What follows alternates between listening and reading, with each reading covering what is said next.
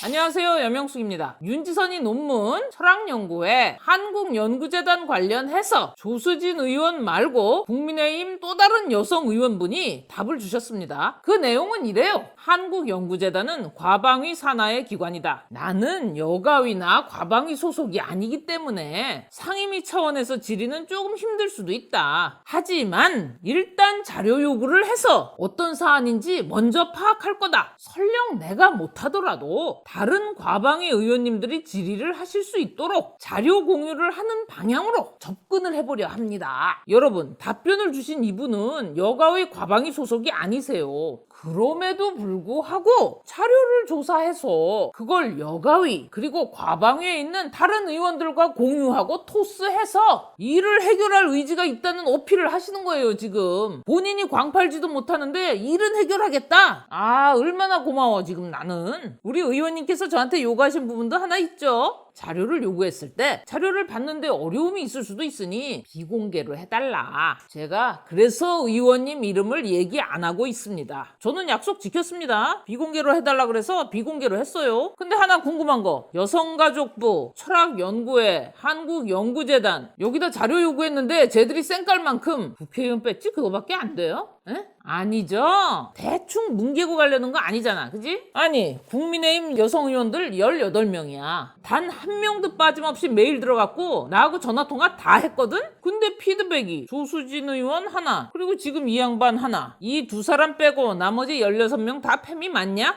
이 양반들이 지금 살 생각들이 없으시구만. 할당제는 주장하고 능력도 안 되는데 자리는 차지하고 싶고 일은 하기 싫으면서 표 관리는 하고 싶은 거야. 그지? 뭐 내가 오해하는 걸 수도 있어. 응? 오해문은 내 그때 가서 사과하면 될 거 아니오. 응? 자, 여러분들, 의원님들이 많이 바쁠 수도 있어요. 보름 동안에 18명 중에 단 2명의 피드백을 선택만 왔지만 그 2명도 바빴을 텐데도 불구하고 연락이 왔는데 나머지 16분들은 더 바빴을 수도 있잖아. 그지? 아직은 기다려봅시다. 자, 여러분들 잘 들으셔야 돼요. 국민의힘 여성 의원들이 페미짓거리를 한다 내지는 페미짓거리로 보이는 미심쩍은 짓거리를 한다. 그때 여러분은 차라리 가차없이 민주당을 찍는 거예요. 아시겠어요? 어차피 망할 거 잿더미가 돼버리면 쉽잖아. 그지? 국민의힘 여성 의원 여러분, 일을 똑바로 해야 배지에 가치가 있는 거예요. 여성이라고 배지 달면 안 되는 거예요. 그죠? 벌써 보름이 지났네. 많이들 바쁘시다고. 끝.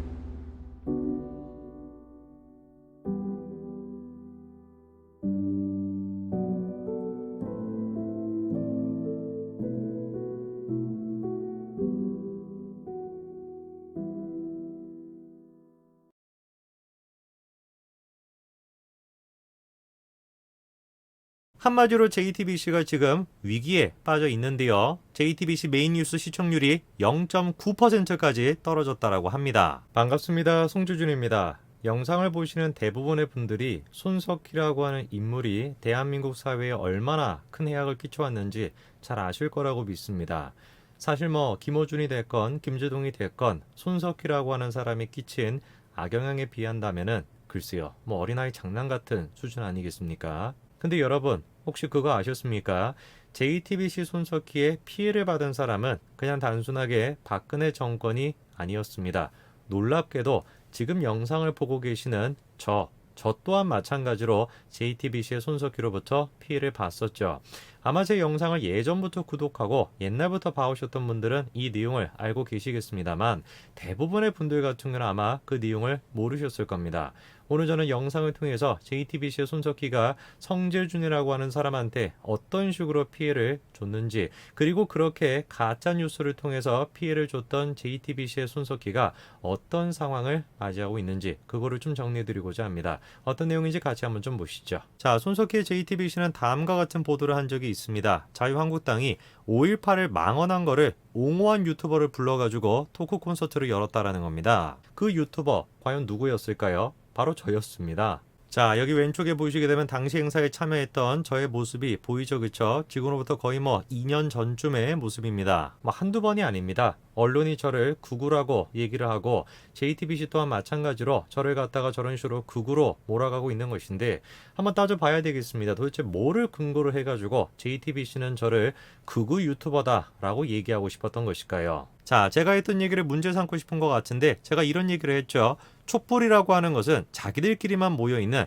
혁명이라고 부르지만 저는 폭동이라고 본다는 겁니다. 야, 그래도 성재준이가 2년 전이나 지금이나 똑같은 모습을 보여주고 있는 거 아닙니까? 올곧은 모습을 보여주고 있는 것이죠. 그때나 지금이나 제 생각은 변함이 없습니다. 박근혜 전 대통령을 무너뜨리고 그리고 박근혜 정권을 무너뜨렸던 촛불이라고 하는 것은 저들은 혁명이라고 부르지만 제가 봤었을 때는 폭력적인 짙은 시위에 불과했었습니다. 자, 그리고 또 이 말도 문제 삼고 있습니다.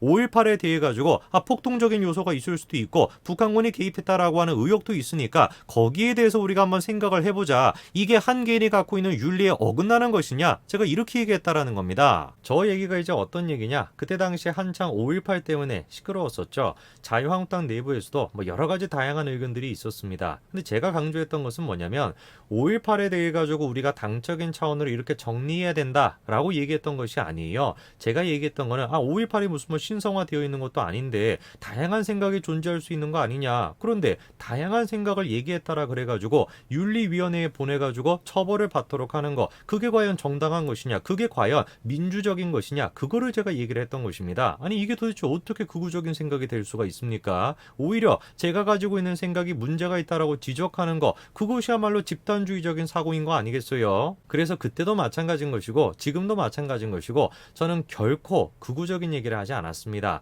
자유민주주의 국가에서 당연히 받아들여질 수 있는 지극히 상식적인 얘기를 그때도 했던 것이고 지금도 했던 거 아닙니까? 그런데 문제가 뭡니까? 그때도 극우로 몰리고 지금도 마찬가지로 극우로 몰린다라는 거예요. 누구에 의해 가지고? JTBC, 손석희가 이끌고 있는 JTBC 같은 그런 어떤 기성 언론들에 의해 가지고 저 같은 사람들이 극우로 지금 몰리고 있는 겁니다. 이런 손석희에 대해 가지고 최근 들어서 변화의 바람이 좀 불었었습니다. 자, 이 내용 여러분 기억나시죠? 2021년도 3월 달입니다. 손석희가 JTBC 등기이사에서 내려온다 라고 하는 소식이었습니다. 그에 따라 홍정도, 손석희, 김용달 3인체제가 다 끝났던 것이고 JTBC 내부에서는 이거를 갖다가 이별 수순처럼 특별한 의미를 부여하지 말아달라 라고 얘기를 했습니다. 그도 그럴 것이 손 사장이 현재까지도 JTBC 스튜디오 총괄사장을 맡고 있기 때문에 임원으로서의 역할은 계속해가지고 유지를 하기는 했거든요. 분명히 사실이죠. 손석희가 임원으로서의 역할을 유지하고 있는 건 사실입니다. JTBC 스튜디오 두 가지의 총괄사장직을 맡고 있기 때문에 임원으로서의 역할을 계속해가지고 유지하고 있는 건 분명히 사실입니다. 그러나 마찬가지로 분명히 사실이에요. JTBC라고 하는 것이 3인체제, 손석희를 필두로 한 대표 3인체제로 이루어졌던 것이 무너졌다라는 것 또한 마찬가지로 분명히 사실 아닙니까? 무엇 때문인지는 몰라도 JTBC 내부에서는 계속해가지고 입막음을 하려고 하는 듯한 그런 모양새가 비춰졌습니다. 야, 이거를 갖다가 이별 수순이라고 여기지 말아달라. 이런 식으로 자기들이 먼저 얘기하는 거 아닙니까? 오히려 그거는 반대로 생각을 해봤을 때 JTBC 내부가 굉장한 지금 갈등을 겪고 있고 굉장한 분열을 겪고 있다는 걸 반증하는 말일 수도 있겠죠. 그리고 실제로 다음과 같은 데이터가 그거를 입증해주고 있습니다.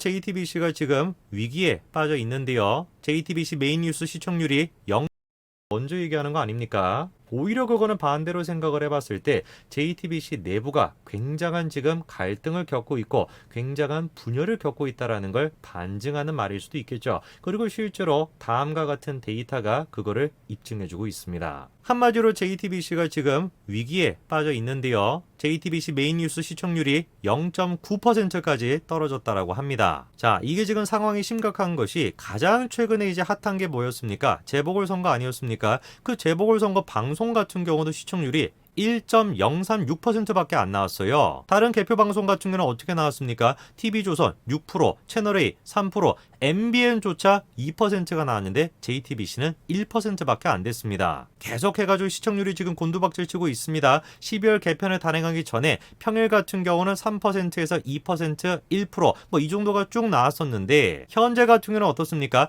3%는커녕 계속해가지고 1%대를 유지하고 있는 거예요. 심지어 24일 같은 경우는 0.9%가 나왔다라는 겁니다. 시청률이 뭐 0.9%, 1% 이렇게 나온다라고 한다면 뭐하러 지금 종편을 유지하고 있는지 모르겠어요. 그 비용과 그 인력을 다 생각을 해봤을 때 차라리 유튜브로 하는 것이 더 나은 거 아니겠습니까? 유튜브보다 못하는 것이 여러 가지 요소를 생각을 해보면은 일각에서는 JTBC 이런 식의 몰락에 대해 가지고 다음과 같이 설명하고 있습니다. 한마디로 얘기해서 손석희의 부재 때문이라는 것입니다. 손석희 하차 이후에 손석희가 없어도 잘 된다라는 걸 보여주고 싶었지만 결론적으로 그렇게 되지 못했다라는 것이죠. 여러분들은 저런 식의 해석에 대해서 어떻게 생각하십니까? 물론 이제 우리가 단편적으로 1차원적으로 생각하면은 저렇게도 볼 수 있을 겁니다. 손석희가 사라지고 난 뒤에 시청률이 계속해가지고 떨어지니까 손석희가 다시 오면 문제가 해결되겠다. 뭐 1차원적으로는 그렇게 생각할 수가 있겠죠. 그러나 사실 JTBC의 문제는 다른 데 있습니다. 자, 시청률 지금 추이를 좀 보시게 되면은 주황색이 지금 JTBC의 시청률입니다.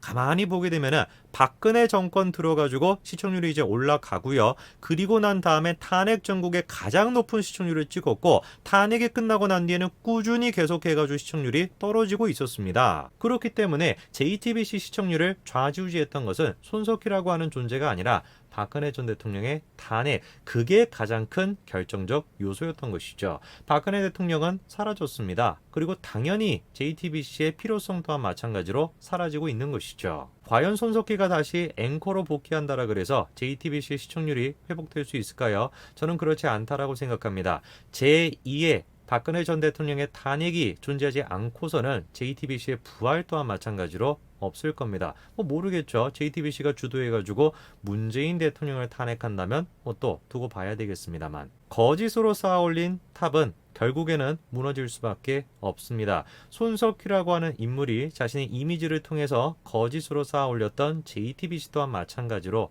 무너져 내리고 있는 것 같습니다. 오늘까지 말씀드리겠습니다. 감사합니다.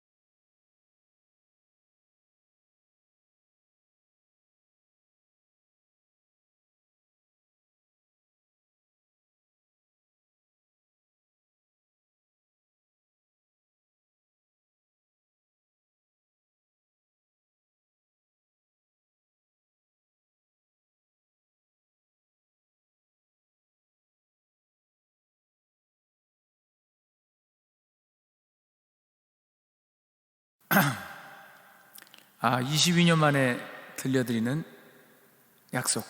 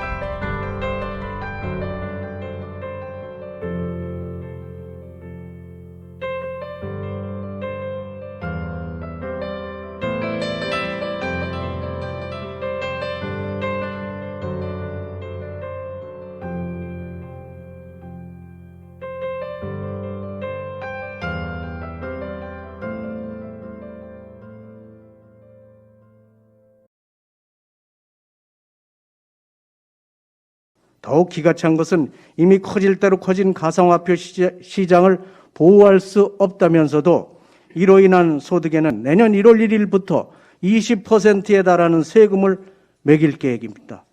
국민을 보호할 수는 없지만 세금은 받아야겠다는 날강도 심보가 아닐 수가 없습니다. 뿐만 아니라 당정 간의 엇박자도 국민의 불안을 가중시키고 있습니다. 더욱 기가 찬 것은 이미 커질 대로 커진 가상화폐 시장을 보호할 수 없다면서도 이로 인한 소득에는 내년 1월 1일부터 20%에 달하는 세금을 매길 계획입니다. 국민을 보호할 수는 없지만 세금은 받아야겠다는 날강도 심보가 아닐 수가 없습니다. 뿐만 아니라 당정 간의 엇박자도 국민의 불안을 가중시키고 있습니다. 정무위 민주당 간사는 가상자산에 대해 과세를 하는 나라는 이에 대한 법적 테두리도 갖고 있다고 총리 대행과 금융위원장의 입장을 공개적으로 반박했습니다. 정부 여당 간에 조율되지 않은 정책을 중구난방식으로 내놓다 보니까 시장은 극도의 혼란을 겪는 것입니다. 민생 경제를 혼탁하게 하는 정부 여당의 엇박자는 부동산 정책도 마찬가지입니다. 특히 부동산 세금 문제를 둘러싼 여당의 말은 조변 석계 수준입니다. 당분간 부동산 세금 관련 논의는 없다더니 배제하지는 않을 것이라고 말을 바꾸고 또 그 다음 날은 중점 과제는 아니다면서 수위를 조절해 나가고 있습니다. 그에 앞서서 종부세를 상위 1, 2%에만 부과하겠다고 정책 수정을 예고하더니 기재부로부터 과세 기준으로 부적절하다고 제지당하기도 했습니다. 이 모든 정책 방향이 지난 재보궐선거 후 20여일 동안 나온 이야기라는 게 믿기지 않을 만큼 예측불능 수준의 말들이 쏟아져 나오고 있습니다. 국민을 안심시켜야 할 정부 여당이 온갖 현안에서 갈팡질팡을 반복하면서 혼선을 부채질하고 있으니 시장의 불안정만 가중되고 있습니다. 정부 여당은 아니면 말고식 설익은 정책 남발을 중단하고 진중한 자세로 정책 설계에 임해주시기 바랍니다. 저는 지난 월요일 정책 혼선을 조속히 바로잡기 위해서 여야 정책위 의장이 함께하는 여야정 정책 협의체를 제안드린 바 있습니다. 그런데 더불어민주당은 지금까지 어떠한 답변도 내놓지 않고 있습니다. 정부 여당의 전향적인 자세를 다시 한번 촉구하는 바입니다. 아울러 우리 국민의힘은 조속한 혼란 수습을 위해서 독자적인 대안 마련도 준비하고 있다는 말씀을 드립니다.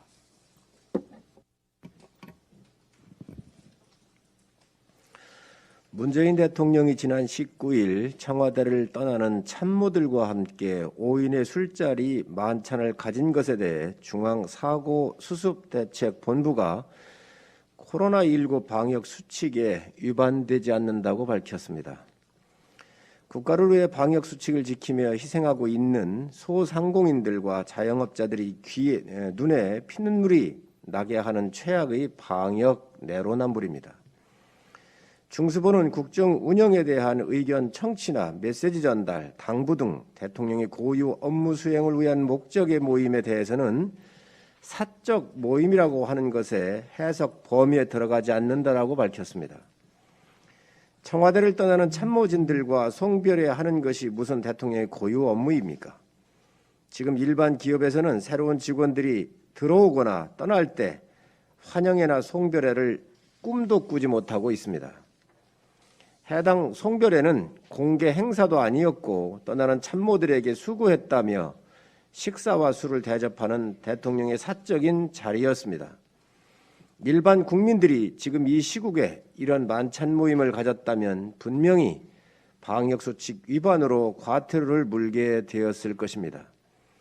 문재인 정부는 공무원들에게 사적 모임과 회식 금지 권고를 내리면서 불시 현장 점검까지 하겠다고 엄포를 놓았는데 대통령과 청와대 참모들은 공무원 아닙니까? 대통령께서 그동안 고생한 참모들에게 식사 대접을 하고 싶어 하는 마음은 충분히 이해합니다. 솔직하게 국민 앞에 설명하고 사과하면 넘어갈 수도 있는 일이었습니다. 그런데 대통령을 한 점 티끌도 없는 사람으로 만들기 위해 방역마저 내로남불로 적용하는 이 정부의 행태는 생계에 심각한 위협을 받으면서까지 방역 수칙을 지키고 있는 모든 소상공인들과 자영업자들을 절망시키고 있습니다. 지금이라도 국민 앞에 사과하시기 바랍니다.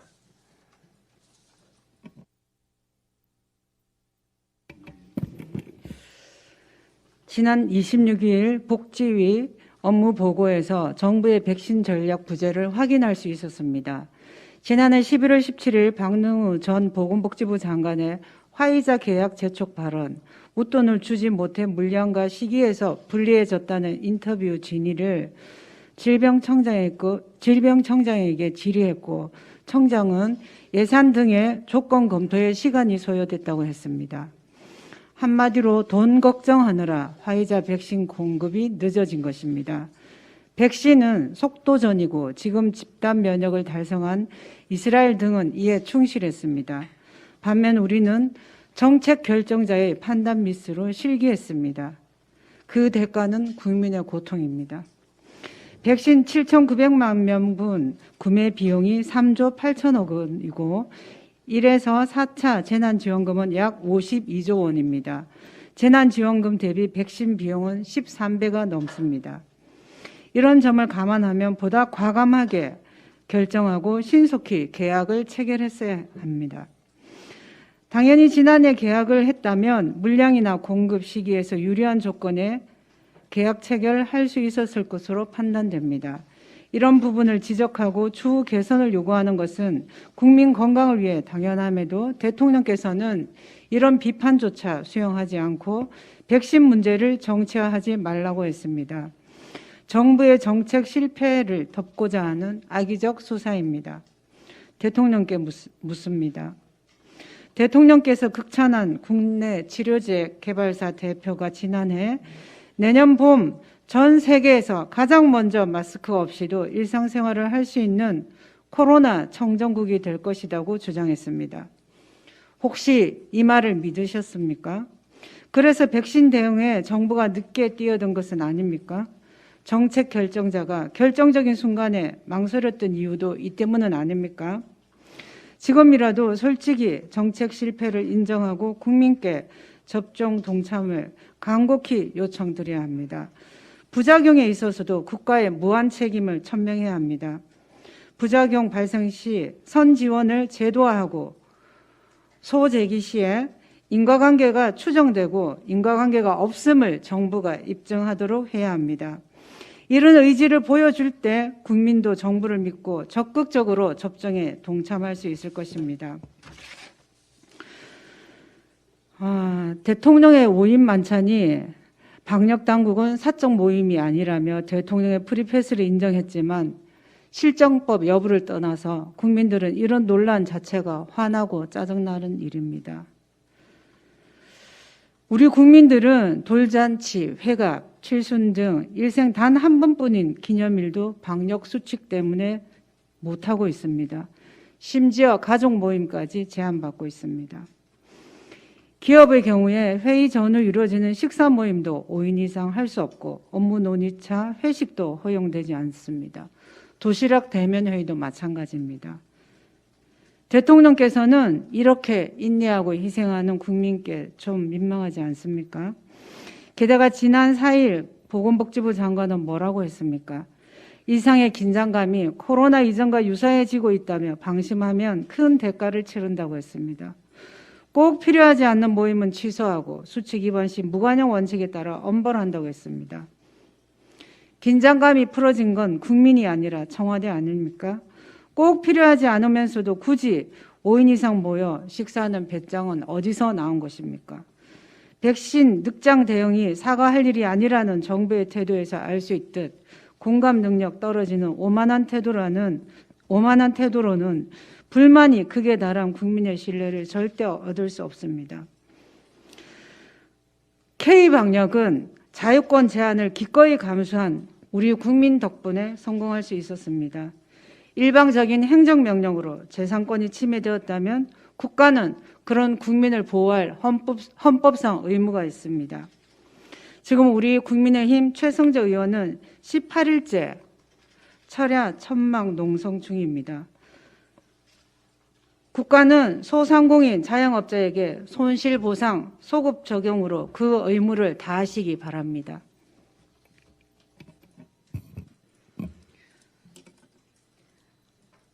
서울 시민과 부산 시민 여러분들 그리고 대한민국 모든 국민들의 도움으로 저희 당은 지난 4월 7일 재보궐선거에서 승리했습니다. 다시 한번 감사드립니다. 이 승리를 이끈 데는 김종인 위원장님의 리더십도 큰 역할을 하셨습니다. 그러나 저희가 간구하고 있는 것은 그 김종인 위원장을 당의 비상대책위원으로 모신 제 옆에 계신 주호영 원내대표의 안목과 또 옆에서의 전폭적인 지원이 있었다는 것을 다시 한번 말씀드리며 오늘 비상대책위원회 마지막으로 참석하신 주호영 원내대표에게 다시 한번 감사의 말씀을 드립니다. 임기 마지막인데도 어저께까지 안철수 대표와 합당 문제까지도 논의해 주셨다고 하니 그것도 감사드립니다. 문제는 저희 정당 역사상 몇 성공 사례가 없는 비상대책위원회의 성공 사례가 마지막까지 잘 마무리가 되려면 내일 원내대표 선거로 인해서 선출되는 신임 원내대표의 역할이 매우 중요하다고 생각이 됩니다. 이 두 분의 노력과 또 많은 협조로 인해서 우리가 이제 성공의 첫 단추를 열었다면 나머지는 후임에 오시는 원내대표와 또 원내에 계신 의원님들, 원내 당원들 모두의 노력이 필요하다고 생각됩니다. 부디 아직까지는 성공적으로 평가되고 있는 이 비대위가 했던 변화와 혁신의 노력을 중단시키지 마시고 계속 이어가 주실 것을 당부드립니다. 마지막으로 부동산 정책이 꼭 고장난 신호등 같습니다. 지금 정부 여당이 내놓고 있는 여러 가지 규제 완화와 정책 방향에 대한 신호등이 꼭 빨간색, 노란색, 화살표, 파란색이 다 동시에 켜지는 고장난 신호등 같습니다. 신호등은 시장에서 행동하는 사람들에게 특정한 신호를 주면서 질서를 유지하는 데 그 역할이 있습니다. 만약에 신호등이 제대로 된 사인을 주지 못한다면 그 신호등은 필요가 없습니다. 지금 민주당도 당대표 선거 등을 앞두고 혼란이 있을 것으로 예상이 됩니다만 하루속히 이 고장난 신호등을 고치시든지 아니면 신호등을 통째로 바꾸시든지 특단의 조치를 내주실 것을 부탁드립니다. 이러다가 정말 대형 사고가 날 것 같습니다.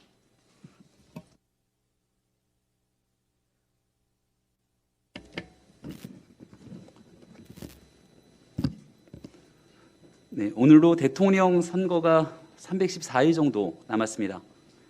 내일이면 국민의힘의 신임 원내대표가 선출되죠. 이제 본격적으로 내년 대통령 선거를 준비하는 새로운 정당의 모습들이 하나둘 갖춰질 때가 되어가는 것 같습니다. 그런데 이 보궐선거 이후 3주가량 시간이 흐른 지금 최근에 이 국민의 민심을 살펴보면 서울시 전역의 전승이 기적 같은 승리에도 불구하고 과연 내년에 치러지게 될 대통령 선거를 제대로 끌고 갈 수 있겠느냐는 걱정과 한숨이 짙어지는 국민의 목소리가 큽니다. 이번 서울시장 보궐선거에서 생태탕 논란으로 선거를 이끌었던 민주당의 참패에서 충분히 유추할 수 있듯 과거에 집착하는 정당은 패배하고 미래의 희망을 선도하는 정당은 승리하게 됩니다.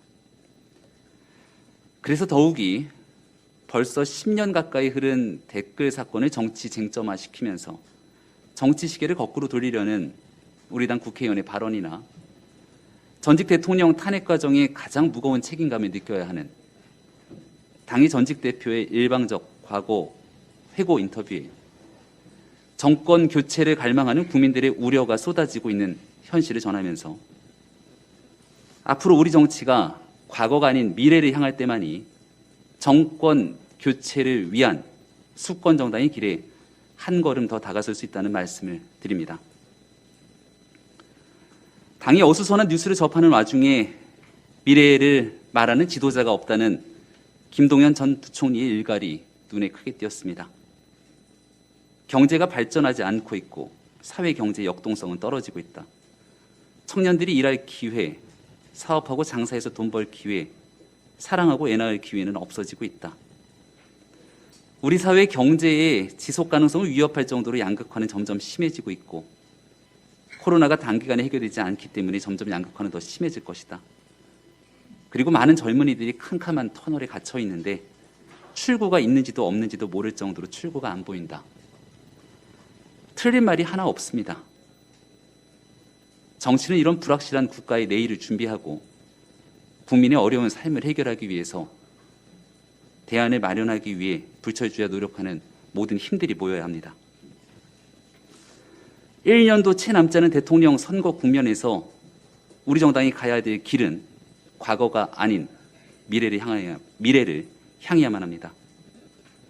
오직 민생, 국민의 삶을 위해 우리 당이 국가와 국민을 위해 무엇을 할 수 있을지 고민하고 우리 당 구성원 모두가 하나 돼서 미래를 위해서 준비하는 수권 정당의 길로 나아가야 된다는 말씀을 거듭드립니다.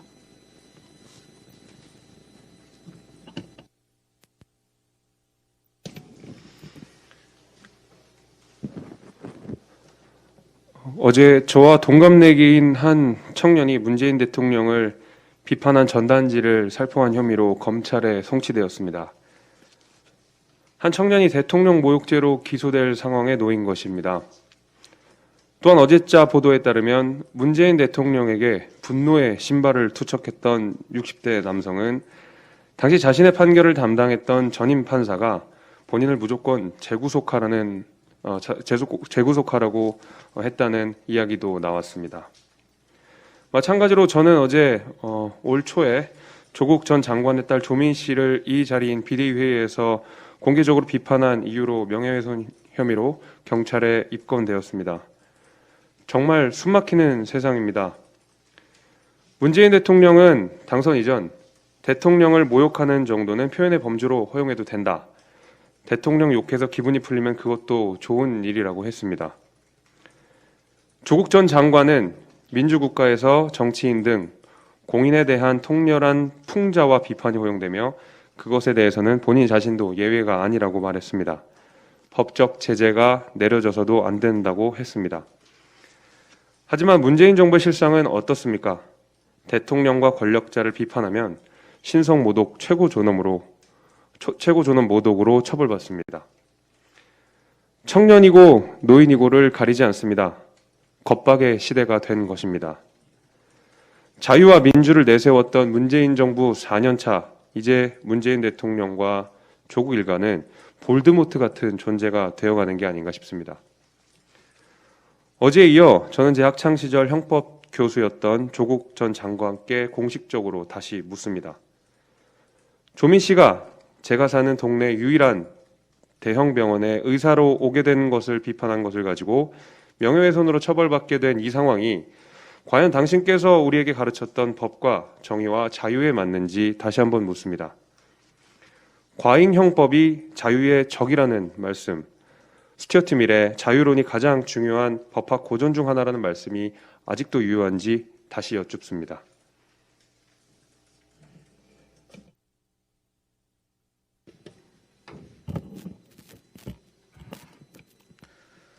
저는 오늘 대통령의 그릇에 대해 한 말씀 올리고자 합니다. 지난 2019년 문재인 대통령 비판 전단을 뿌린 30대 김모 씨가 3년간 수사를 끝으로 모욕죄로 검찰에 송치될 위기에 처했습니다. 모욕죄는 대통령 자신 또는 변호인이 직접 고소해야만 기소가 가능한 이른바 친고죄입니다.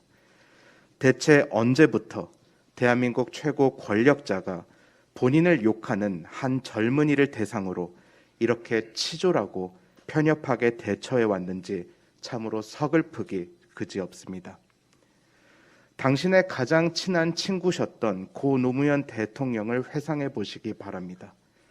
대통령을 욕함으로써 주권자의 스트레스가 해소될 수만 있다면 기쁜 마음으로 그것을 들을 수 있다던 고 노무현 대통령의 배려가 참으로 그립습니다.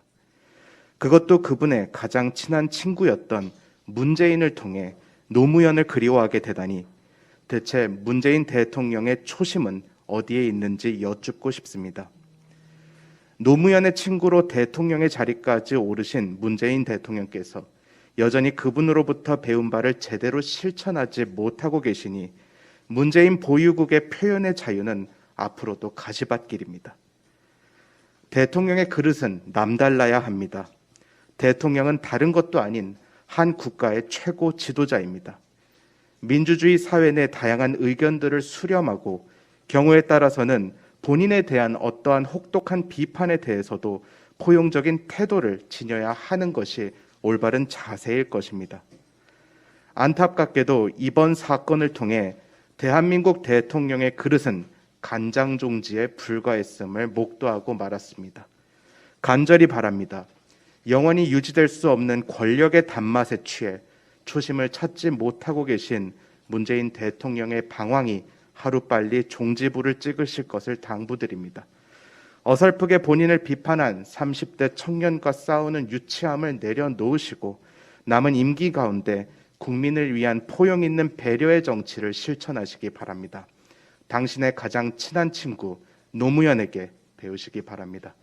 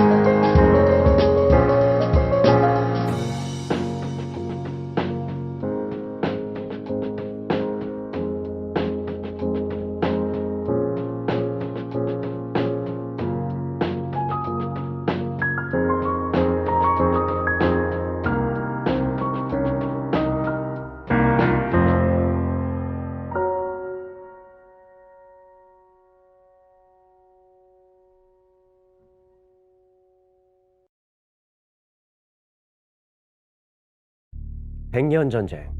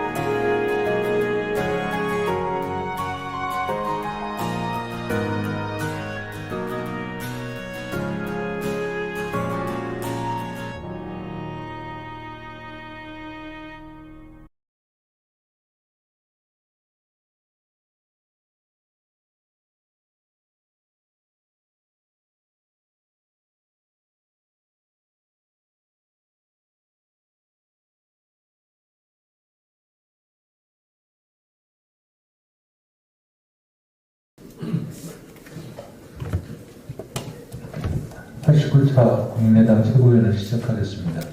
대외선언관계 대표님 모두 말씀드리겠습니다. 국민의당 89차 최고위원 회의를 시작하겠습니다.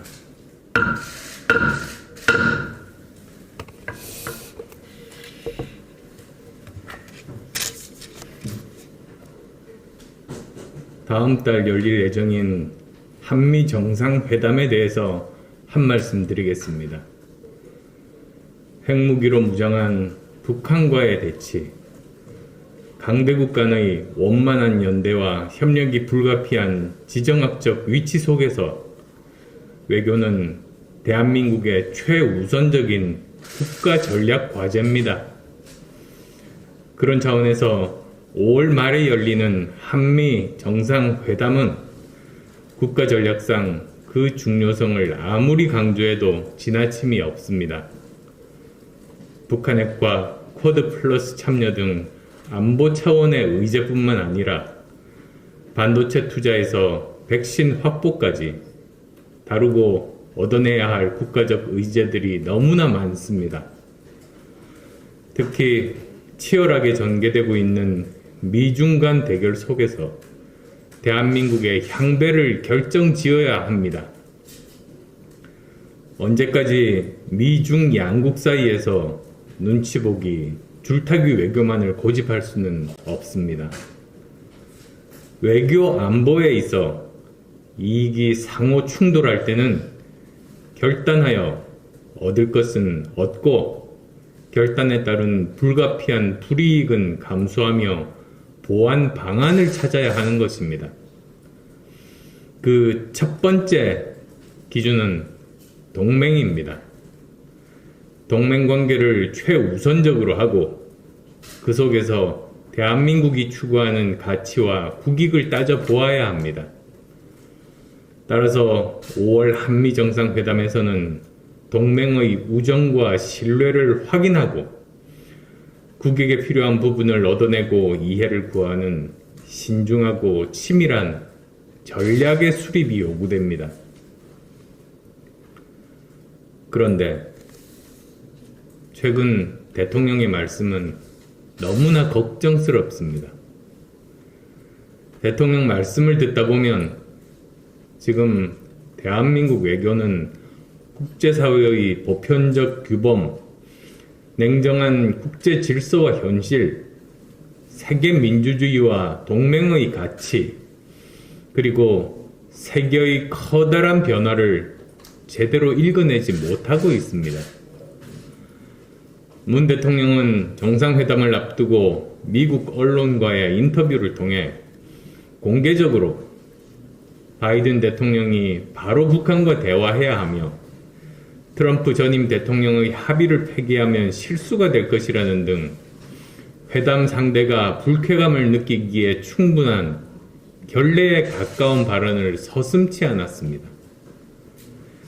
한마디로 남의 집 제사상에 감나라, 배놔라 한 것입니다.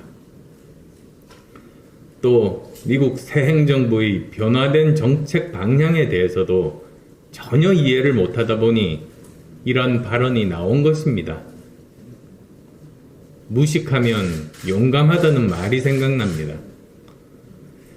특히 정부의 무능과 상황 판단의 오류 때문에 백신 접종 후진국이 된 책임을 백신 생산국의 국경 봉쇄, 수출 통제, 자국 우선주의로 돌리려는 발언은 냉정한 국제사회 질서를 이해하지 못하는 발언이고 한미 관계를 더욱 꼬이게 만들 뿐입니다. 더군다나 미국이 백신을 인도를 비롯한 외국에 나누어 주겠다는 계획을 사전에 전혀 파악하지 못한 사실관계도 틀린 발언입니다. 그리고 무엇보다도 내 탓을 남 탓으로 돌리는 정직하지 못한 태도입니다. 반면에 중국에는 지나칠 정도로 저자세와 호의적인 발언을 쏟아냅니다. 미중 신냉전이 심화되는 상황에서 적절한 전략적 발언인지 의심스럽습니다. 대통령 눈에 뭐가 씌웠든지 아니면 누군가가 잘못된 정보와 판단 자료를 대통령에게 제공하고 있는 것이 분명합니다. 그렇다고 북한이 고마워하는 것도 아닙니다. 삶은 소대가리에 이어 미국산 앵무새까지 온갖 조롱과 수모는 다 받고 있습니다. 지지 여부를 떠나 대한민국의 대통령이 그런 말을 듣는 데 대해 국민들은 자존심 상하고 분노하고 있습니다. 문 대통령의 발언이 친중 반미 노선으로 가기 위한 고의적 발언이 아니라면 아니길 바랍니다만 결과적으로 미국 새 행정부가 북한 핵과 중국을 어떻게 바라보고 있는지, 한미동맹과 인도태평양 안보 문제를 어떻게 연계해서 고민하고 있는지에 대한 무지의 소산으로 국제사회에 비칠 겁니다. 그리고 미국 입장에서 보면 동맹에 대한 배려나 신뢰는 고사하고 보편적인 외교 균형감도 유지하지 못한 발언으로 해석할 겁니다. 이래서야 어떻게 한미 정상회담에서 우리가 얻고자 하는 것을 제대로 얻을 수 있겠습니까?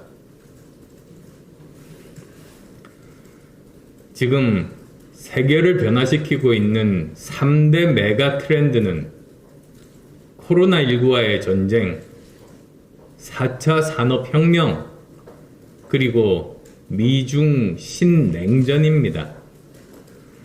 그중 미중 신냉전은 군사적 패권 경쟁일 뿐만 아니라 경제 패권 전쟁이며 가장 핵심적으로 기술 패권 전쟁이라는 점을 깨달아야 합니다. 바이든 행정부와 미국 민주당은 동맹 강화와 다자간 협력을 더욱 강화하는 방식으로 중국과 대결할 것이며 트럼프 행정부와는 차원이 다른 강도로 누구 편에 설 것인지 요구할 겁니다. 여기에 어떻게 대응하는가가 미래 대한민국의 안보와 경제에 막강한 영향을 미칠 겁니다. 허접하고 설익은 80년대 운동권 사고로 세계 질서를 바라보고 이해하는 것이 아니라 현 시점 국제사회의 질서와 흐름을 제대로 읽어내는 냉정함, 정보력, 그리고 통찰력이 요구됩니다. 냉정한 국제질서와 이해관계의 충돌 속에서 시대에 뒤떨어진 이념과 진영 논리로 우리의 국익을 보장받을 수 없습니다. 어려울수록 동맹의 소중함을 알아야 합니다. 민주주의 가치를 공유하는 주변국과의 연대와 협력의 중요성을 깨달아야 합니다. 동맹관계는 긴밀하게 소통하고 협력할 수 있어야 합니다. 그런데 지금 한미관계는 과연 그런 관계인지 많은 분들이 의구심을 가지고 있습니다. 이 정권의 오판으로 한미 동맹의 기초가 흔들릴수록 동북아에서 일본의 정치 군사적 영향력은 더욱 커지고 대한민국은 세계민주국가 연대에서 소외되는 결과를 초래할 겁니다. 북한 핵의 해결은 더욱 요원해지고 오히려 중국과 북한에 속박되는 결과를 초래할지도 모릅니다. 이것은 개도 구럭도 다 잃어버리는 어리석은 짓입니다. 청맹관이는 눈은 떠 있어도 실제로는 앞을 보지 못하는 것을 가리키는 우리말입니다. 지금 대한민국 외교는 청맹관이 외교입니다. 이것은 두고두고 엄청난 국익의 손실을 가져올 수밖에 없습니다. 감성과 이념, 시대에 뒤떨어진 편향된 사고에서 벗어나 실일 정도의 차가운 냉철함, 정확한 상황 판단과 실용적 사고로 동맹과 국제사회를 바라볼 것을 문재인 정부에 촉구합니다.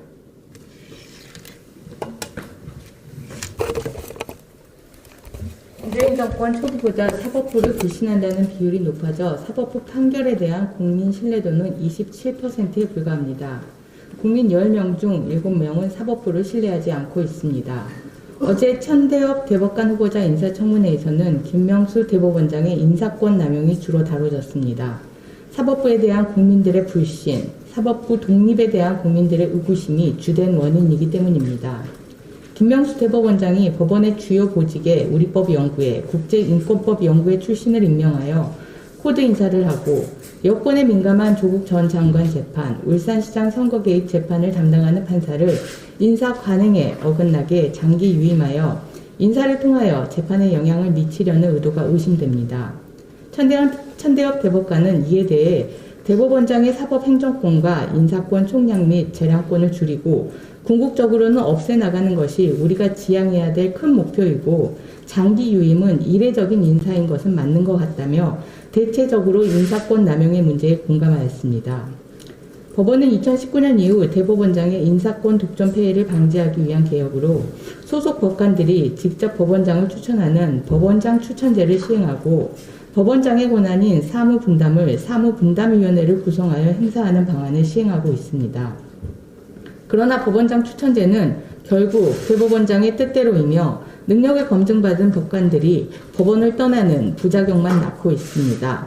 사무분담위원회에서 인사관행에 어긋난 장기 유임을 결정하여 어차피 법원장의 뜻대로라는 것을 확인할 수 있습니다.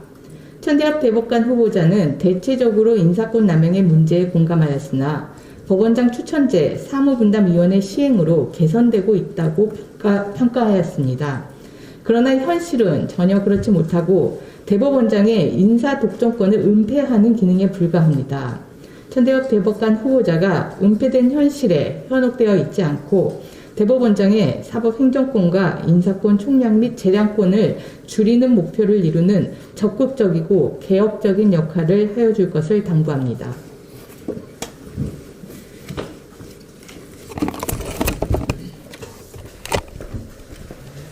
홍남기 경제부총리는 어제 기자회견에서 계획대로라면 국민과 약속한 11월 집단 면역 시점을 지킬 수 있다고 호언장담을 했습니다. 혹시 문재인 대통령께서 그렇게 발표해도 된다고 하셨습니까? 대통령께서 경제부총리의 발표 내용을 미리 아셨다면 대통령이 또 백신을 가지고 국민을 또 속이려 한 것일 것이고 몰랐다면 홍남기 경제부총리는 지금 당장 경질되어야 할 것입니다. 많은 물량을 미리 확보한 영국도 작년 12월 8일 접종을 시작해서 만 5개월이 지난 지금 1차 접종률이 50%, 2차 접종률은 20%에도 못 미치고 있습니다. 앞으로 빨라야 올 가을에나 집단 면역을 기대할 수 있다고 합니다. 하지만 우리나라는 물량 확보도 안 되어 있고 접종을 시작한 지난 2달 동안 백신 1차 접종률은 약 5%, 2차 접종률은 고작 0.29%로 터무니없이 낮습니다. 도대체 무슨 근거로 11월에 집단 면역을 이룰 수 있다는 것인지 이해가 가지 않습니다. 11월 집단 면역이 이미 물 건너갔다는 사실을 모르는 국민들은 없습니다. 뻥을 쳐도 정도껏 치시길 바랍니다. 국민이 희생해서 이뤄낸 방역 선진국 이미지는 문재인 정부의 무능으로 사실상 백신 후진국이 되어버렸습니다. 이렇게 국민에 해를 끼치는 정부가 온전한 정부입니까? 국민에게 백신에 대한 수급과 안전성을 보장해주지도 못하면서 이 와중에 정부는 어떻게 해서든 백신 접종률을 높이기 위해 공무원들에게 백신 접종을 강요하고 있어 논란이 되고 있습니다. 경제부총리의 말대로 계획대로라면 말로는 참 쉽습니다. 그렇다면 과연 이 정부가 지난 4년 동안 계획대로 이뤄낸 게 단 한 개라도 있습니까? 문재인 정부의 계획대로라면 우리 사회는 적폐 청산을 통해 부패 없는 사회가 되었어야 하고 수십 조를 퍼부은 일자리 예산으로 이미 일자리는 넘쳐나야 하며 정부가 자신했던 부동산 정책은 부동산 가격 안정으로 너나 할 것 없이 내 집 마련의 꿈을 이뤘을 것입니다.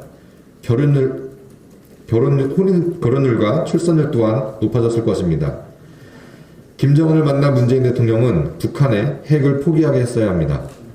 이렇게 계획대로라면 우리가 원하는 것들이 모두 현실이 되어 있을 것입니다. 하지만 현실은 어떻습니까? 위선이라는 신적폐가 판을 치고 청년들의 취업은 갈수록 어려워지고 26번의 실패한 부동산 정책으로 내 집 마련을 꿈꾸는 국민을 벼락거지로 만들었습니다. 나라를 운영하는 사람들이 국민 몰래 앞서서 부동산 투기로 배를 불렸습니다. 이렇게 불공정과 불평등이 판을 치는 정의롭지 못한 국가, 정권 연장을 위한 평화를 거짓으로 위장한 국가, 누구에게도 인정받지 못하는 왕따 외교 무능 국가, 이런 나라에서 그래도 희망을 품고 사는 우리 국민들을 보면 참 위대한 국민이라는 생각이 듭니다. 앞으로 문재인 정부는 계획이라는 걸 하지 마십시오. 문파가 아닌 국민의 귀를 기울이십시오. 이제 계획은 국민이 세웁니다. 국민들의 계획대로라면 문재인 정권은 처절하게 평가받고 대통합을 이룬 야권으로 정권교체를 이루게 할 것입니다. 문재인 정부는 남은 시간 나라 국간 그만 축내시고 다음 정부를 위해 무탈하게 마무리해 주시길 바랍니다.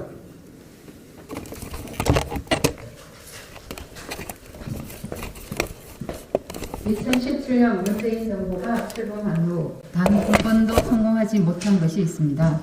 다들 아시다시피 부동산 대책입니다.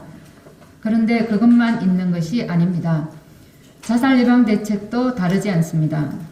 문재인 정부는 출범 직후부터 자살 예방을 국정과제로 추진하고 있습니다.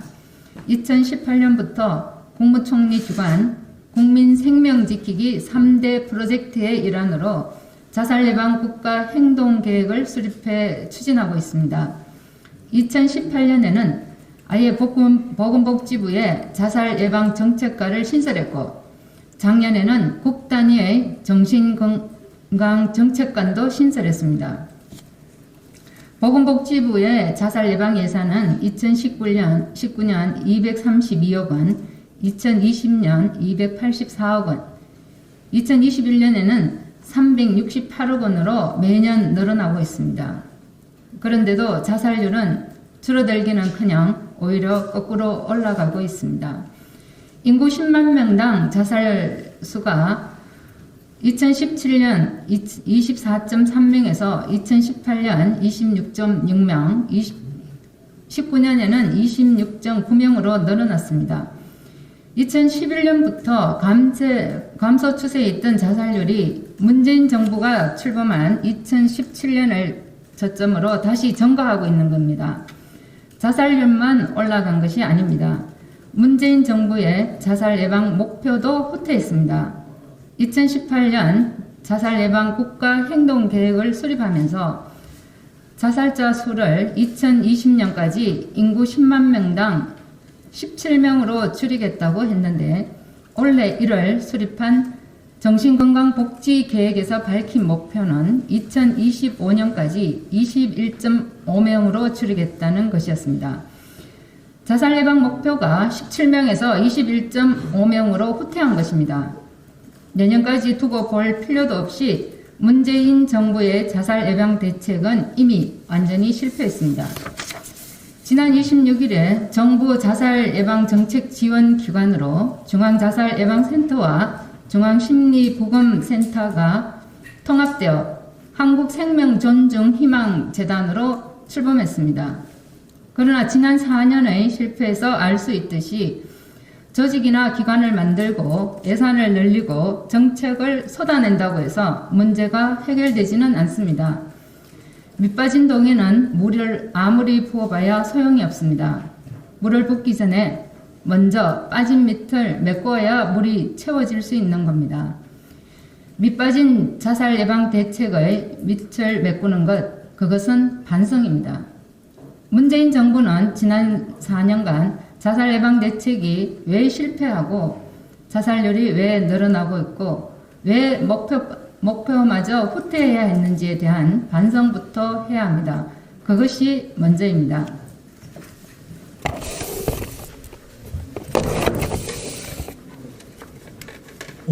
검찰총장 인사추천위원회가 열립니다.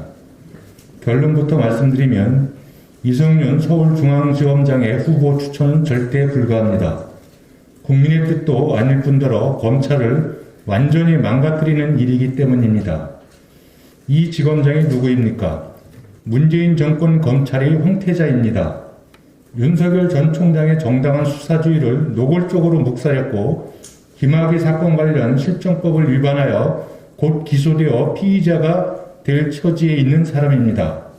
공수처에서 황제 조사를 받아 공수처가 정권의 신여임을 직접 입증해 보인 사람이기도 합니다. 한마디로 늘 국민의 편이 아닌 정권 편에 속다고 평가받는 사람입니다. 이런 분이 검찰총장이 된다면 어떻게 되겠습니까? 한마디로 검중완파, 검찰 중립 완전 파괴입니다. 정의와 공정, 양심과 기계로 평가받아야 하는 검찰이 앞으로는 코드와 정권에 대한 충성심으로 평가받는 환관 집단으로 전락할 것입니다. 왜 멀쩡한 검사들을 놔두고 꼭 이런 사람을 총장으로 임명하려 합니까? 문재인 대통령은 검찰총장이 꼭 이성윤이어야만 하는 이유를 국민 앞에 당당하게 댈 수 있습니까? 이 지검장을 총장에 임명한다면 그것은 단 하나, 정권의 비리와 치부를 가리고 지우겠다는 의도입니다. 그러나 문재인 정권은 똑바로 알아야 합니다. 정권에 부담이 되는 사건들을 임기 내에 유야무야 시킨다고 있는 죄가 지워지겠습니까? 이 지검장을 검찰총장 후보군에 포함시킨다면 그것은 자신들이 이미 살해한 이 땅의 법치와 공정 그리고 정의에 대한 확인 사살입니다. 문재인 대통령 스스로 레임덕을 넘어 데드덕으로 가겠다는 어리석은 선언입니다. 국민은 정권의 아부 또는 애완견 총장, 푸들 총장을 원하지 않습니다. 검찰은 권력의 손을 물 수 있는 맹견이어야 합니다. 캥기는 것은 많고 마땅한 사람은 없어 예비 피의자까지 검찰총장에 앉혀보려는 정권의 상황도 딱하지만 그렇다고 인사를 그렇게 하면 나라 꼴이 뭐가 되겠습니까?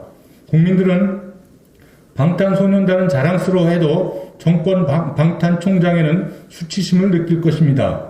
한 줌도 안 되는 친정권 정치검사들이 방파제로 성남 민심의 파도를 막을 수 있다고 생각한다면 그것은 손바닥으로 하늘을 가리겠다는 어리석은 판단입니다. 추미애 장관의 독선과 막무가내가 윤석열 총장을 정치적으로 키웠듯이 이성윤 총장 임명은 청와대와 여당의 입지를 더욱 어렵게 만들 것입니다.